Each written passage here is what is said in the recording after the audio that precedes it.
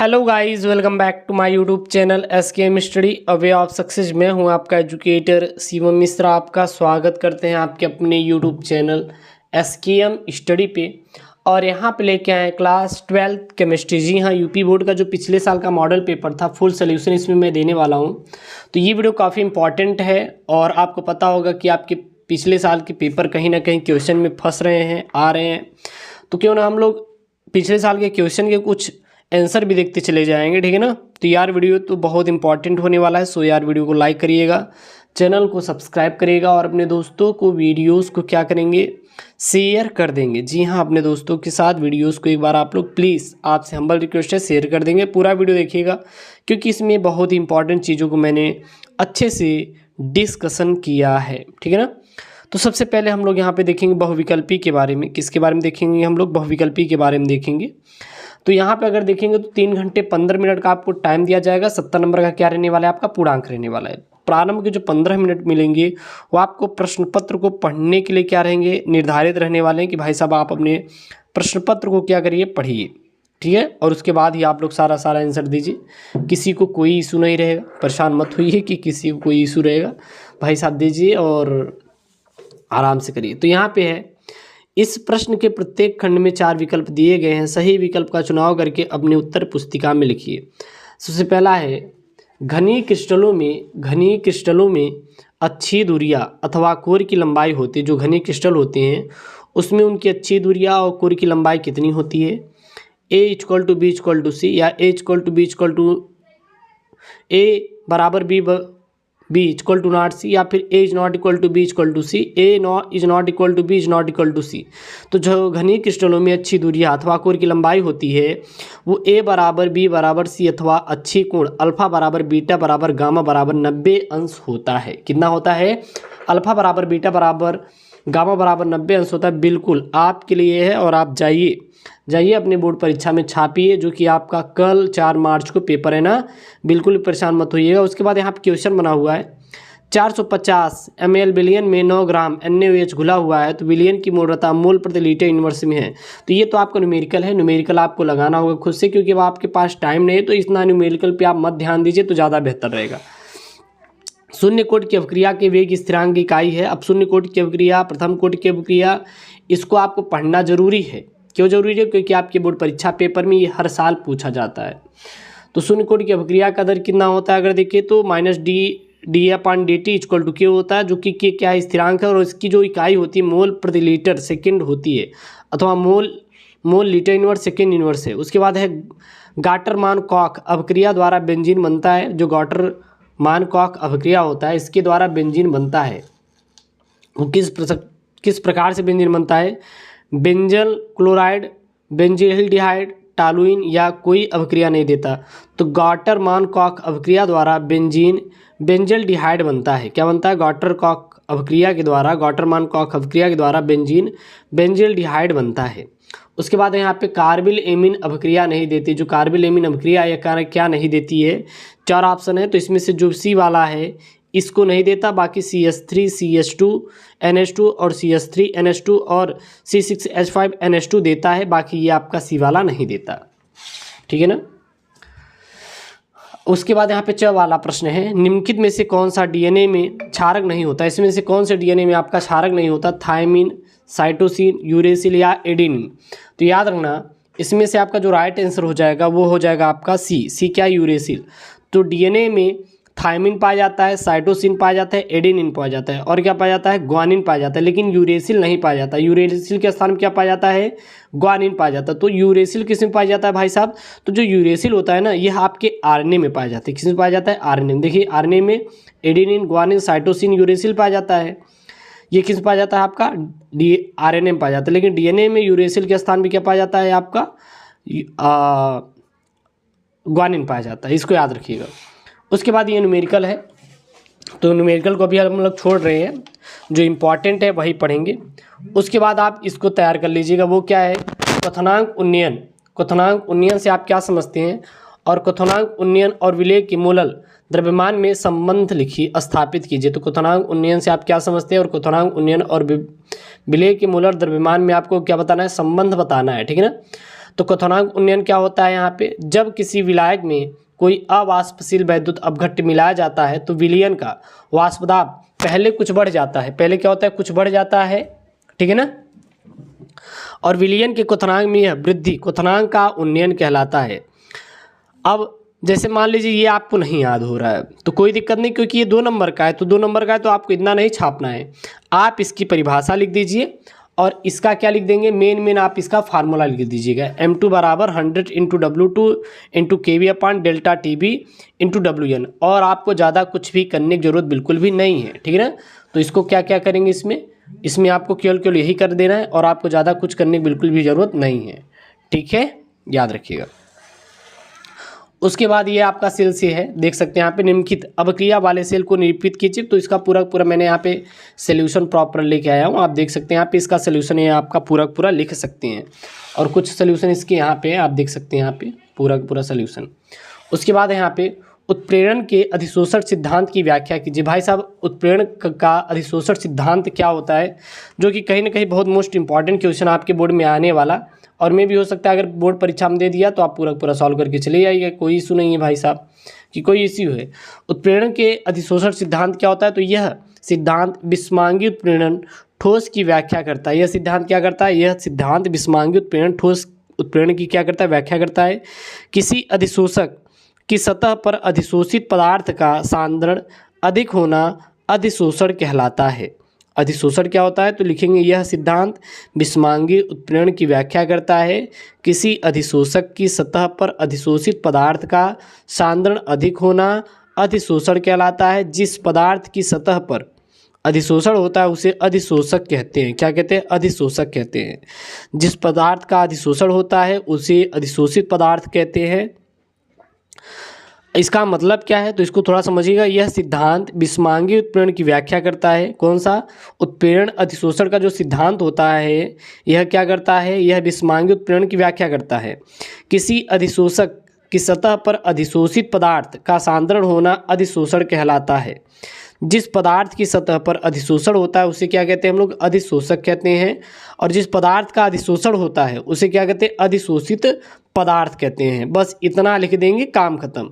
अगर और आपको लिखना है तो इसके नीचे ब्यौरा लिख सकते हैं, क्योंकि यह 2 नंबर का आया था तो इसलिए इसमें हम लोग ज़्यादा नहीं करेंगे, बस जितना उन्होंने आंसर पूछा है बस वही दे देंगे। उसके बाद है यहाँ पे क्वेश्चन आपका नॉन स्टाइकोमेट्री दोषों के चित्रों की सहायता से समझाइए। तो नॉन स्टाइकोमेट्री दोष यहाँ पे बताना है।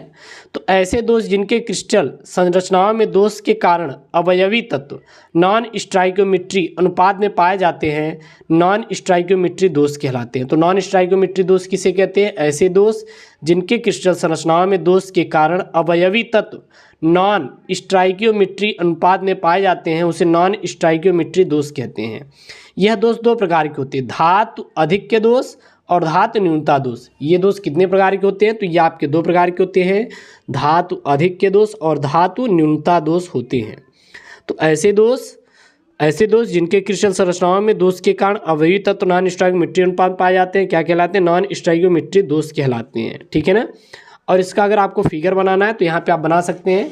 उदाहरण के लिए यहाँ पे आप समझ सकते हैं, क्या समझ सकते हैं, जब NaCl के क्रिस्टल को सोडियम वाष्प के वातावरण में गर्म किया जाता है तो सोडियम परमाणु क्रिस्टल की सतह पर जम जाते हैं और क्लोरीन आयन क्रिस्टल की सतह से या सतह में विसरित हो जाते हैं और Na परमाणु के साथ जुड़कर NaCl देते हैं। Na+ धनायन बनाने के लिए सोडियम परमाणु से एक इलेक्ट्रॉन के निकल जाने से होता है। निर्मुक्त इलेक्ट्रॉन विसरित होकर क्रिस्टल के ऋणायनिक स्थान को अध्यासित करते हैं और परिणाम स्वरूप अब क्रिस्टल में सोडियम का आधिक्य होता है और अयुग्मित इलेक्ट्रॉनों द्वारा भी ऋणायनिक रिक्तियों को F केंद्र कहते हैं। ठीक है ना। रंग केंद्र के लिए जर्मन शब्द फायरबेन जनरेटर से, और ये NaCl के क्रिस्टल को क्या करता है, पीला रंग प्रदान करता है।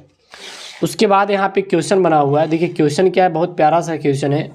हैबर विधि, यहाँ पे हॉबर है लेकिन अगर हॉबर पेपर में लिखा था लेकिन हैबर होगा। ठीक है ना। हैबर विधि द्वारा अमोनिया के निर्माण की विधि लिखिए। तो हैबर विधि द्वारा अमोनिया का निर्माण कैसे किया जाता है, इसको कैसे लिखेंगे, यहाँ पे लिखेंगे इस विधि में शुद्ध नाइट्रोजन और हाइड्रोजन के लगभग 1:3 अनुपात के मिश्रण को गर्म करने पर अमोनिया गैस बनती है।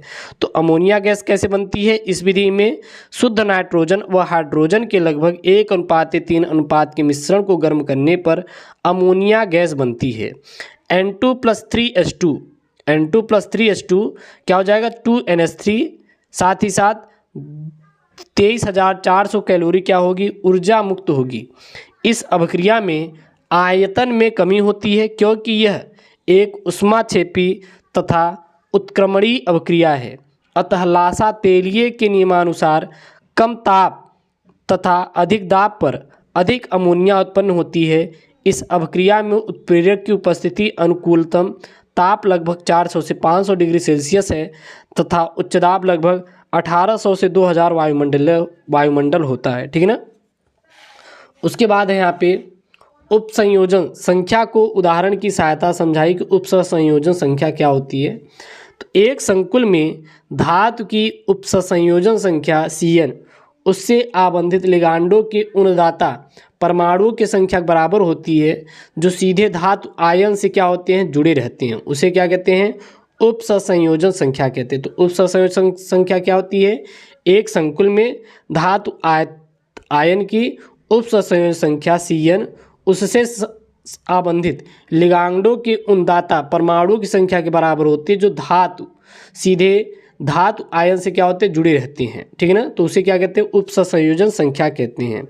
उदाहरण के लिए संकुल आयनों जैसे कि PtCl6 और निकिल है NiNH3 में Pt और जो निकिल है ये Pt है और क्या निकिल है ये दोनों क्या है? उपसंयोजन संख्या 6 है इसमें। देखिए Cl की और इसमें कितने? 4। यहाँ पे कितना है? होल का 4 है ना, तो 4 है। इसी प्रकार संकुल आयनों में यहाँ पे 2 संकुल आयन दिया है, इसमें CO और Fi का देखिए यहाँ पे 3 है तो कितना हो गया? देखिए Fi और CO में समन्वय संख्या 6 है। देखिए किधर हो गया आपका?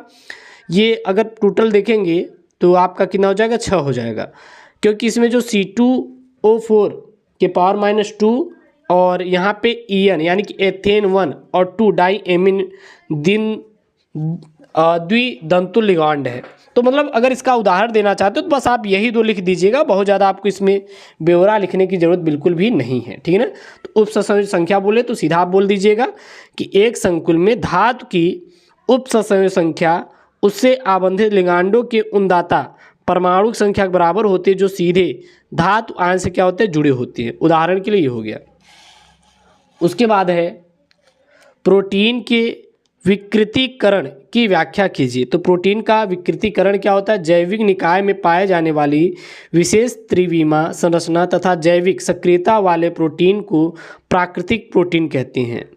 जब प्राकृतिक प्रोटीन में भौतिक परिवर्तन करते हैं जैसे ताप में परिवर्तन अथवा रासायनिक परिवर्तन करते हैं जैसे pH में परिवर्तन आदि किया जाता है तो हाइड्रोजन आबंधों में अस्त व्यस्तता उत्पन्न हो जाती है जिसके कारण गोलिका यानी ग्लोब्यूल खुल जाती है तथा हेलिक्स अकुंडलित हो जाता है तथा प्रोटीन अपनी जैविक सक्रियता को क्या कर देता है? खो देता है। इसे प्रोटीन का विकृतीकरण कहते हैं। विकृतीकरण के दौरान द्वितीय तथा तृतीय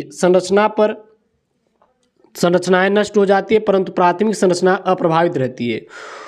उबालने पर अंडे का सफेदी का स्कंदन विकृतीकरण एक सामान्य उदाहरण है। एक अन्य उदाहरण दही का जमना भी है जो दूध में उपस्थित बैक्टीरिया द्वारा लैक्टिक अम्ल उत्पन्न होने के कारण होता है। क्लियर है ना। तो ये इतना इंपॉर्टेंट है, इसको छोड़ देंगे, नीचे वाला इसको आप छोड़ देंगे। यहाँ पे आ जाइए, ये दोनों आपको बता दे रहे हैं, ये इंपॉर्टेंट टिप्पणी करने वाला, ये प्रमुख टिप्पणियाँ जो है दोनों बहुत इंपॉर्टेंट है, याद कर लीजिएगा। टिंडल प्रभाव और ब्राउनी गति। टिंडल प्रभाव और ब्राउनी गति, ये टिंडल प्रभाव क्या होता है? कोलाइडी कणों द्वारा प्रकाश के प्रकीर्णन के फलस्वरूप टिंडल प्रभाव उत्पन्न होता है। कोलाइडी कणों का आकार प्रकाश की तरंगदैर्घ्य से क्या होता है? कम होता है। अतः जब इन पर प्रकाश की किरणें पड़ती है तब ये ऊर्जा अवशोषित कर स्वयं दीप्त हो जाती हैं। और इस प्रकार नीले रंग का शंकु दिखाई देता है जिसे टिंडल शंकु कहते हैं तथा यह घटना टिंडल प्रभाव कहलाती है।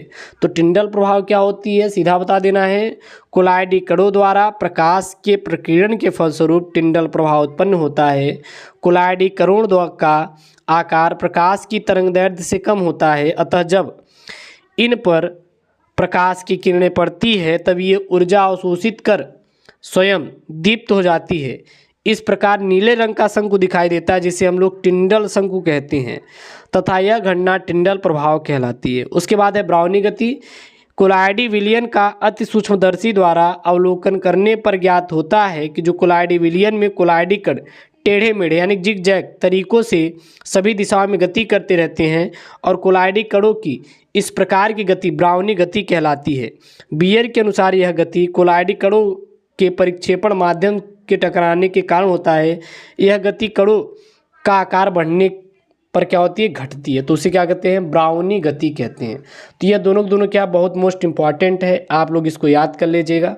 कोई भी कहीं से कोई इशू आएगी तो आप बिल्कुल कमेंट बॉक्स में आप लोग भर देंगे, ठीक है ना। और यार चैनल को यार प्लीज़ सब्सक्राइब कर देना, वीडियो को लाइक कर देना। ओके दोस्तों, थैंक यू, जय हिंद।